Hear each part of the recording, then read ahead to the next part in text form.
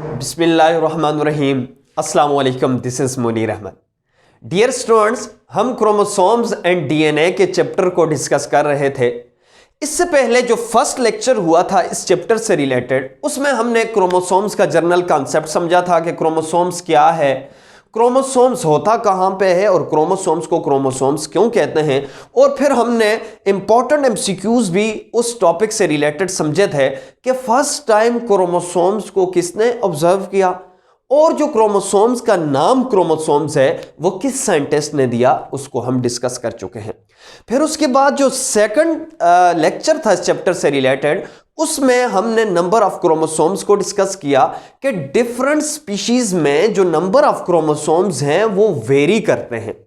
Very क्यों करते हैं उसकी रीजन भी डिस्कस की थी। और फिर डिफरेंट नंबर्स को देखा था कि ह्यूमंस में इतने नंबर हैं 46 हैं, मॉस्किटो में कितने हैं, होनी बीज में कितने, एक्सेट्रा एक्सेट्रा।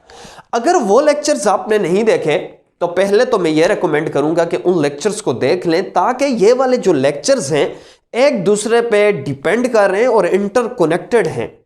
अगर वो लेक्चर्स आप समझ गए हैं तो इट्स मीन्स के ये वाले जो लेक्चर्स हैं इनको समझने में कोई मुश्किलात नहीं होंगे। आज हम इस लेक्चर में पार्ट्स और स्ट्रक्चर ऑफ क्रोमोसोम्स को डिस्कस करेंगे कि क्रोमोसोम्स क्या है और इसकी स्ट्रक्चर में कौन कौन से पार्ट्स हैं। वन बाय वन उनका कॉन्सेप्ट समझेंगे और हम इस टॉपिक से रिलेटेड जितने भी पॉसिबल ईटा एमडीकैट एमसीक्यूज हुए उन एमसीक्यूज को भी हाईलाइट करेंगे और उनको अंडरलाइन भी करेंगे आज के इस लेक्चर में। और फिर लास्ट में हम जो क्रोमोसोम्स हैं उनको डिफरेंट शेप्स की बेस पे उनको क्लासिफाई भी क्रोमोसोम्स को करेंगे। तो लेट्स स्टार्ट पार्ट्स और स्ट्रक्चर ऑफ क्रोमोसोम्स। इससे पहले डियर स्टूडेंट्स एक क्वेश्चन है, क्या आपने क्रोमोसोम्स का जो वर्ड है वो सुना है? तो डेफिनेटली आप यही रिप्लाई कर रहे होंगे कि जी सर हमने क्रोमोसोम्स का नाम सुना है। तो क्रोमोसोम्स और क्रोमेटिड में क्या डिफरेंस है? एक क्वेश्चन। क्रोमेटिड और क्रोमेटिन में क्या डिफरेंस है? दूसरा क्वेश्चन। ये जो क्वेश्चंस हैं, ये जो कंसेप्चुअल क्वेश्चंस हैं, ये इंशाल्लाह इस लेक्चर के बाद आप समझ जाएंगे कि इनमें डिफरेंस क्या है। तो स्टार्ट करते हैं। सबसे पहले लिखा हुआ है क्रोमेटिड। क्रोमेटिड क्या है? इसकी टर्मिनोलॉजी जो है बार बार यूज होगी चैप्टर में, क्रोमेटिड, और बाज जगहों पे क्रोमेटिन और बाज जगहों पे क्रोमोसोम्स का वर्ड यूज होगा। इनको डिफरेंशिएट करते हैं इन टर्मिनोलॉजीज में डिफरेंस क्या है। सबसे पहले आपको यह पता होना चाहिए क्रोमोसोम्स होता कहां पे है। तो लास्ट लेक्चर में हमने यह समझा था कि फॉर एग्जांपल ये एनिमल सेल है या प्लांट सेल है। तो एनिमल सेल और प्लांट सेल में न्यूक्लियस होता है और न्यूक्लियस में जो थ्रेड लाइक स्ट्रक्चर्स मौजूद होती हैं, इन थ्रेड लाइक स्ट्रक्चर्स को क्रोमोसोम्स कहते हैं। अगर मैं इस एक थ्रेड लाइक स्ट्रक्चर्स को इधर बाहर ले आऊं, फॉर एग्जांपल मैंने एक थ्रेड लाइक स्ट्रक्चर्स इधर बाहर लेके आ गए, ये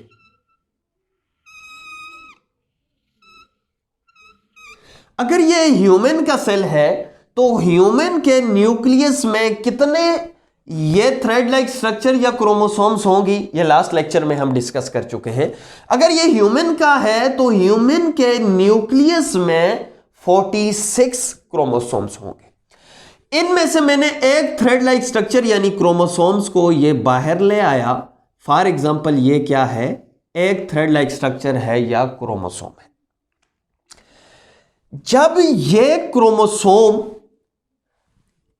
अपने ही जैसी कॉपी बनाएगा, फॉर एग्जांपल अपने ही जैसा रेप्लिका बनाएगा, ये पहले था, इसने अपने ही जैसी दूसरी कॉपी बना दी, बिल्कुल सिमिलर रेप्लिका बना दिया, तो अब ये एक क्रोमेटिड है और ये दूसरा क्रोमेटिड है। तो क्रोमेटिड क्या हुआ? दोबारा से मैं रिवाइज कर रहा हूं कि क्रोमेटिड क्या है। फॉर एग्जाम्पल ये एक क्रोमोसोम्स था, तो इस क्रोमोसोम ने अपने ही जैसा दूसरा रेप्लिका बना दिया, दूसरी कॉपी बना दी, तो ये इसका ये एक क्रोमेटिड बन गया, ये एक क्रोमेटिड हो गया, और ये इसका जो पहले वाला था इसका ये दूसरा क्रोमेटिड है। तो क्रोमेटिड को हम कैसे डिफाइन करेंगे? क्रोमेटिड क्या है कि जब क्रोमोसोम्स या क्रोमेटिड क्रोमोसोम्स अपने ही जैसे कॉपी बनाता है, रिप्लिकेट करता है, तो रिप्लिकेट करने के बाद ये जो हाफ है ये वाला ये क्रोमेटिड कहलाएगा, और ये दूसरा हाफ भी क्रोमेटिड कहलाएगा। तो ये एक क्रोमेटिड है, ये दूसरा क्रोमेटिड है, ये दोनों एक दूसरे से बिल्कुल सिमिलर हैं, तो इन क्रोमेटिड को हम सिस्टर क्रोमेटिड भी कहते हैं, सिस्टर क्रोमेटिड। तो सिस्टर क्रोमेटिड क्या हुआ? बिल्कुल एक जैसे जो क्रोमेटिड होते हैं एक ही क्रोमोसोम्स के, तो उनको हम सिस्टर क्रोमेटिड कहते हैं। अब सबसे इसको प्रॉपर डिफाइन करते हैं कि क्रोमेटिड क्या है। A chromatid is an half a duplicated chromosomes. जब क्रोमोसोम्स डुप्लीकेट करता है, अपने ही जैसा रेप्लिका बनाया है, उसका जो हाफ वन है वो क्रोमेटिड कहलाता है। हाफ वन ये भी क्रोमेटिड है, और ये दूसरा हाफ वन ये भी क्रोमेटिड है। दूसरी टर्मिनोलॉजी यूज हुई है क्रोमेटिन। ये क्रोमेटिन क्या है इसका कॉन्सेप्ट समझते हैं। फॉर एग्जाम्पल इसी क्रोमोसोम को मैं रफ कर रहा हूं, ये क्रोमेटिन क्या है। फॉर एग्जाम्पल ये क्रोमोसोम है, ये फॉर एग्जाम्पल क्रोमोसोम है। तो क्रोमोसोम भी किसी चीज से मिलकर बना होगा डेफिनेटली। तो क्रोमोसोम्स को अगर खोल के देखा जाए, इस क्रोमेटिड को अगर खोल के देखा जाए, तो इस क्रोमेटिड को खोलने के बाद पता चलता है कि इस क्रोमेटिड में डबल स्ट्रैंडेड डीएनए होता है, और डबल स्ट्रैंडेड डीएनए जो है वो प्रोटीन यानी हिस्टोन प्रोटीन के ऊपर कॉइल होता है। तो इसका यह मतलब हुआ कि डबल स्ट्रैंडेड डीएनए और हिस्टोन प्रोटीन ये दोनों मिलकर क्रोमेटिड बनाते हैं। ठीक है, जब ये वाला मटेरियल जो क्रोमेटिड को बनाता है या क्रोमोसोम्स को बनाता है वो थिन हो, पतला हो, डीकंडेंस हो, मतलब थिक ना हो, लूज फॉर्म में हो। जब ये वाला जेनेटिक मटेरियल जो क्रोमोसोम्स को बनाता है ये लूज हो, कंडेंस ना हो, पतला हो, थिक ना हो, तो इस लूज जेनेटिक मटेरियल के लिए टर्म यूज होती है क्रोमेटिन की। तो क्रोमेटिन क्या हुआ? लूज और डीकंडेंस, थिक नहीं है, पतला है, form of genetic material is known as chromatin. लेकिन क्रोमेटिन और क्रोमोसोम्स में क्या डिफरेंस है यह देखना है।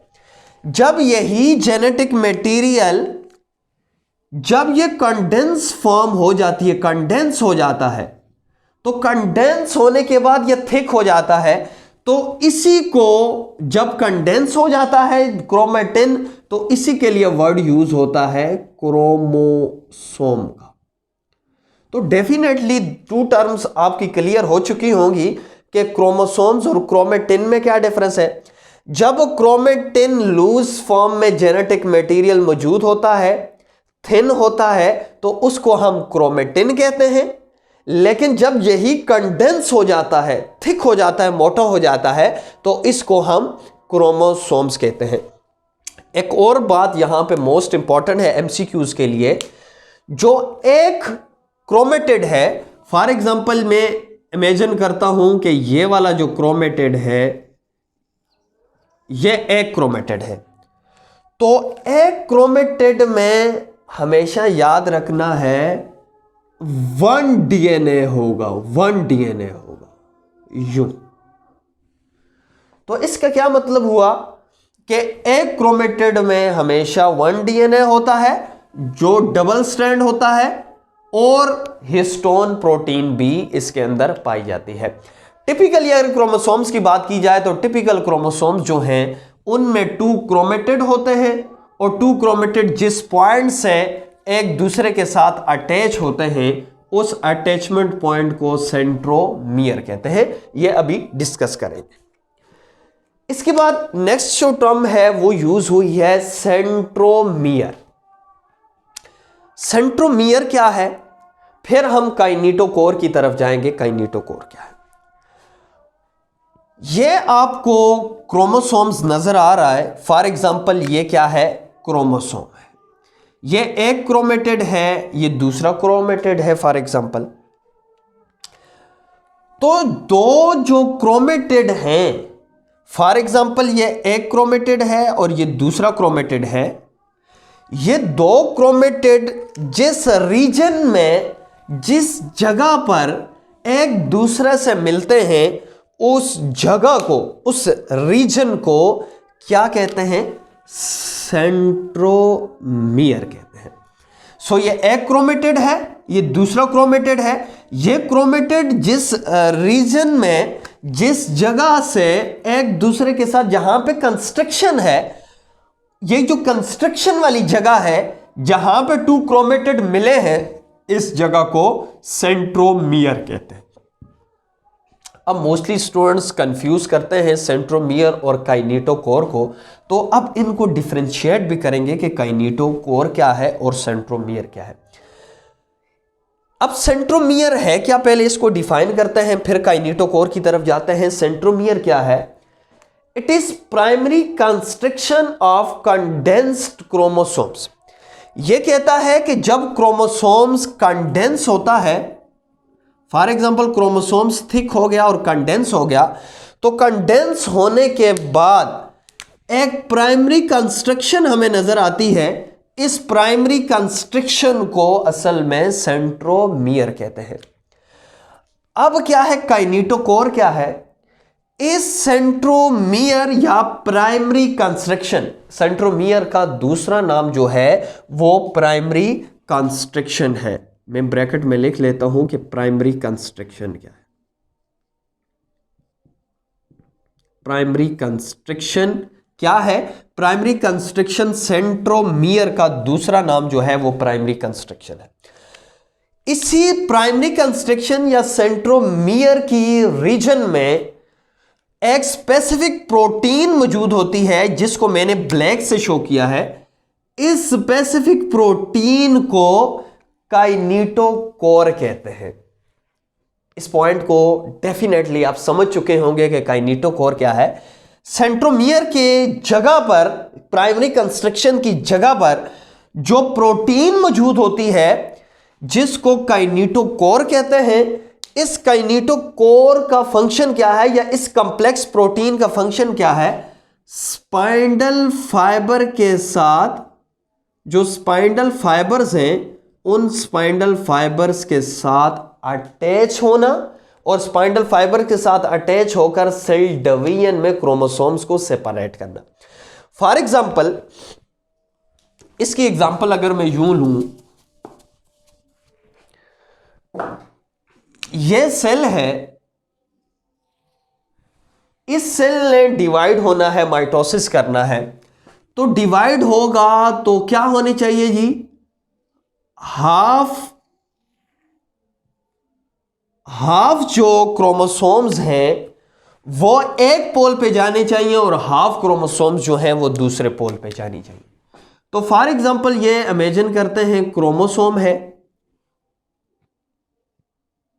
ये क्रोमोसोम है,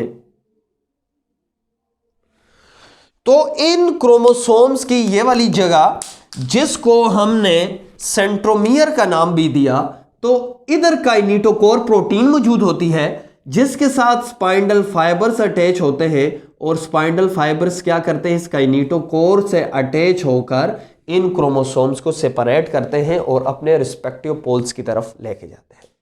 अब काइनेटोकोर को प्रॉपर डिफाइन करते हैं कि काइनेटोकोर क्या है।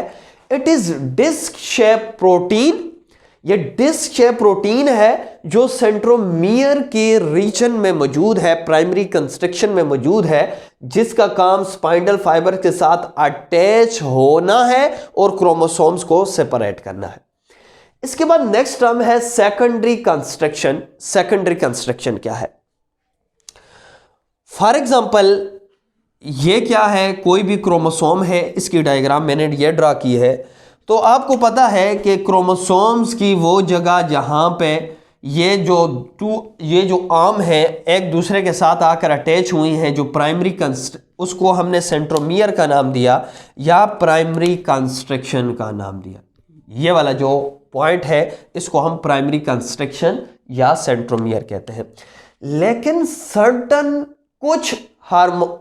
कुछ जो क्रोमोसोम्स होते हैं उनमें इस प्राइमरी कंस्ट्रक्शन के अलावा एक और कंस्ट्रक्शन भी मौजूद होती है, जिस कंस्ट्रक्शन को हम सेकेंडरी कंस्ट्रक्शन कहते हैं। ये सब क्रोमोसोम्स में नहीं होती, ये कुछ क्रोमोसोम्स में प्राइमरी कंस्ट्रक्शन के अलावा एक और कंस्ट्रक्शन पाई जाती है, जिसका काम जो क्या है, जिसको हम सेकेंडरी कंस्ट्रक्शन कहते हैं।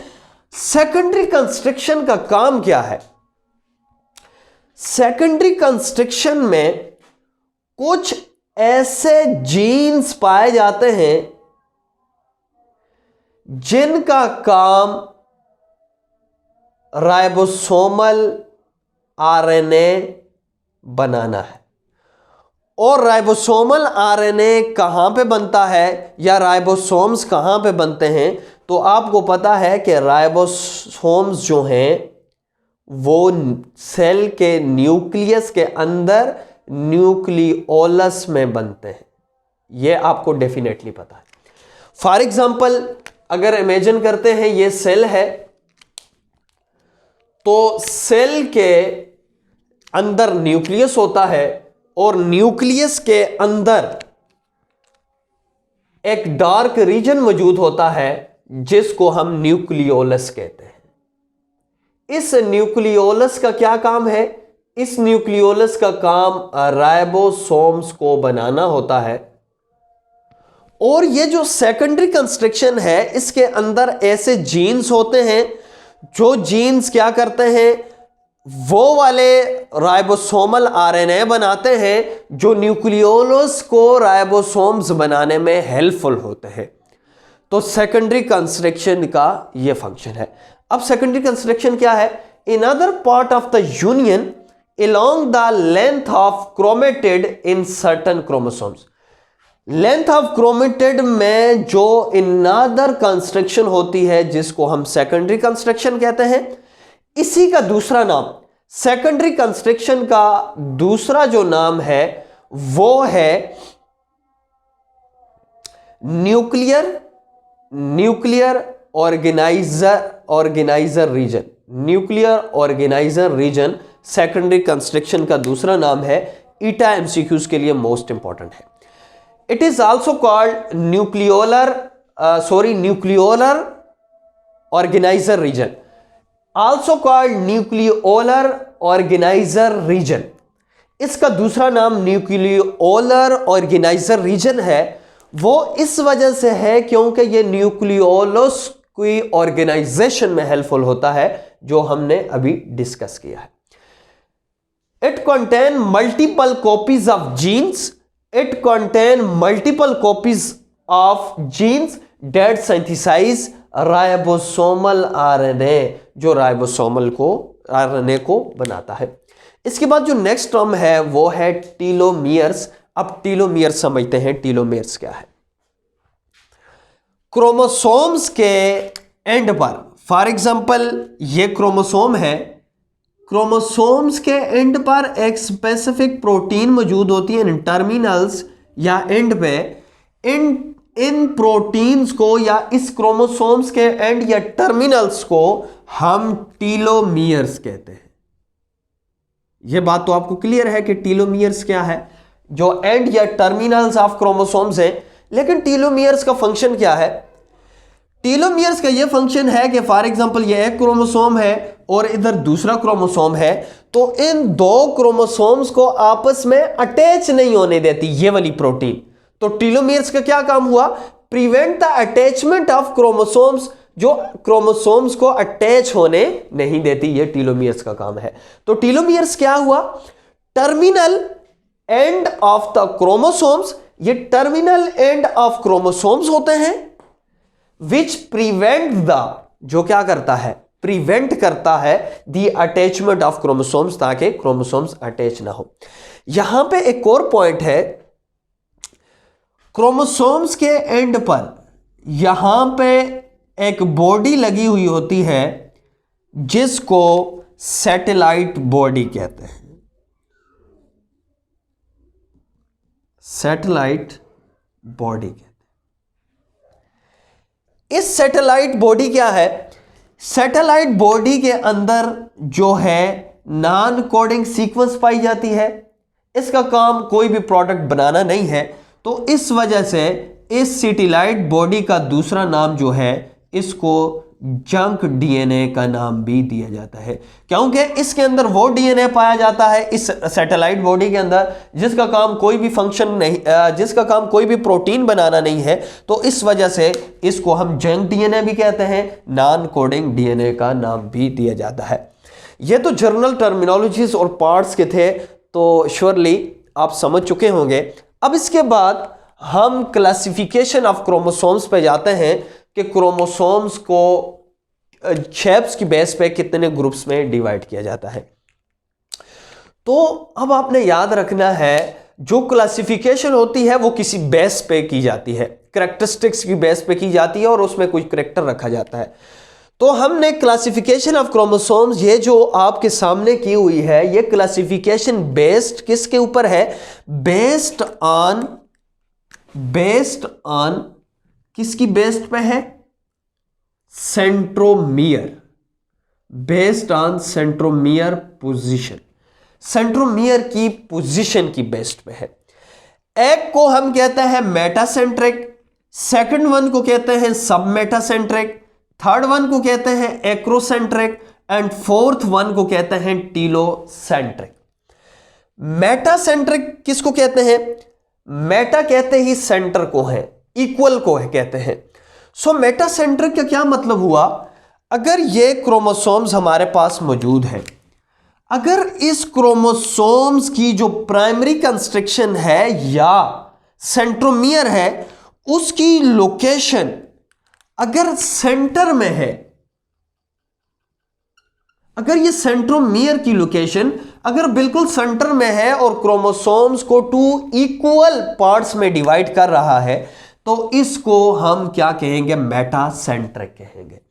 सो मेटासेंट्रिक क्या हुआ? Centromere present at centre. अगर क्रोमोसोम्स पर सेंट्रोमियर अगर सेंटर में मौजूद है, तो उस क्रोमोसोम्स को हम मेटासेंट्रिक क्रोमोसोम्स कहेंगे।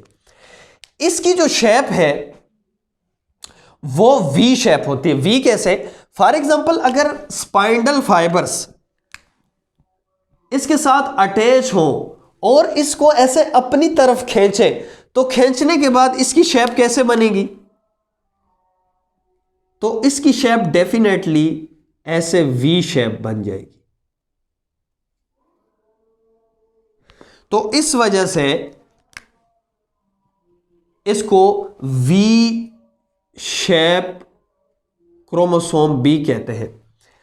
अगर 2 क्रोमेटिड्स हैं, फॉर एग्जांपल ये एक क्रोमेटिड है, ये दूसरा क्रोमेटिड है, इनका जो सेंट्रोमियर है यहां पर है, तो इस अगर 2 क्रोमेटिड के केस में इसकी अपीयरेंस जो है वो एक्स शेप भी देती है। तो ये आपने याद रखना है, मेटासेंट्रिक जो वी शेप भी हो सकता है, एक्स शेप भी हो सकता है। इसके बाद जो नेक्स्ट टाइप है वो है सब मेटासेंट्रिक। सब मेटासेंट्रिक का क्या मतलब है? सेंटर से थोड़ा सा दूर।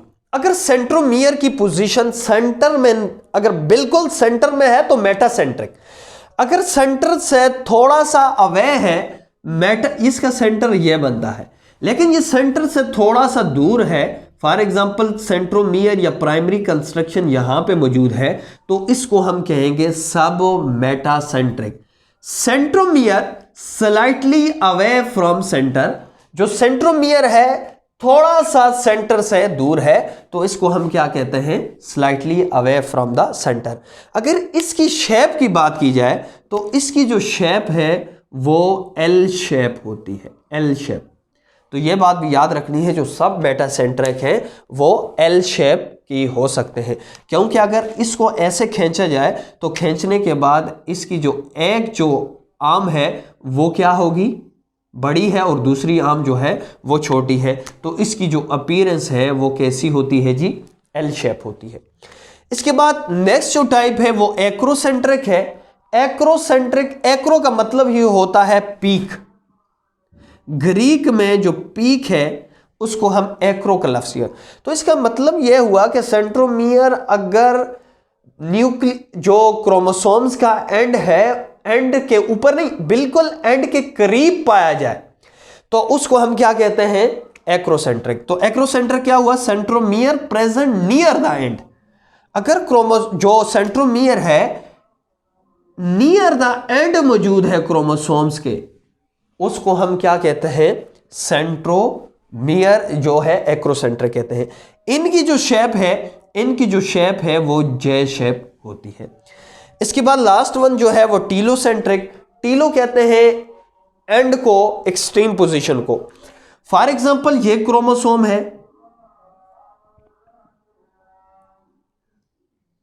अगर सेंट्रोमियर बिल्कुल एंड पर मौजूद है, बिल्कुल एंड पर मौजूद है तो इसको हम टीलोसेंट्रिक क्रोमोसोम्स कहते हैं। इनकी जो शेप है वो आई शेप होती है, आई शेप। तो आज जो हमने डिस्कस किया अब उसको जल्दी में समराइज करते हैं, फिर इंशाल्लाह नेक्स्ट लेक्चर में हम कंपोजिशन और ऑर्गेनाइजेशन ऑफ क्रोमोसोम्स की बात करेंगे। Parts and structure of chromosomes को हमने डिस्कस किया। हमने सबसे पहले डिफरेंट टर्मिनोलॉजी सीखी कि क्रोमेटिड क्या है, क्रोमेटिन क्या है, सेंट्रोमियर क्या है, काइनेटोकोर क्या है। तो क्रोमेटिड क्या हुआ, जब क्रोमोसोम्स जो है अपनी ही जैसा रिप्लिकेशन के बाद दूसरा जो आर्म बनाता है उसको हम क्या कहते हैं, उनमें से एक को क्रोमेटिड कहते हैं और वो दूसरा भी उसका क्रोमेटिड होता है।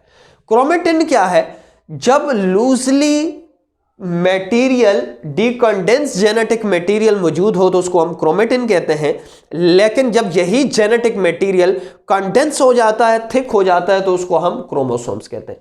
सेंट्रोमियर क्या है, प्राइमरी कंस्ट्रक्शन है कंडेंस क्रोमोसोम्स में, उसको हम क्या कहते हैं, सेंट्रोमियर कहते हैं।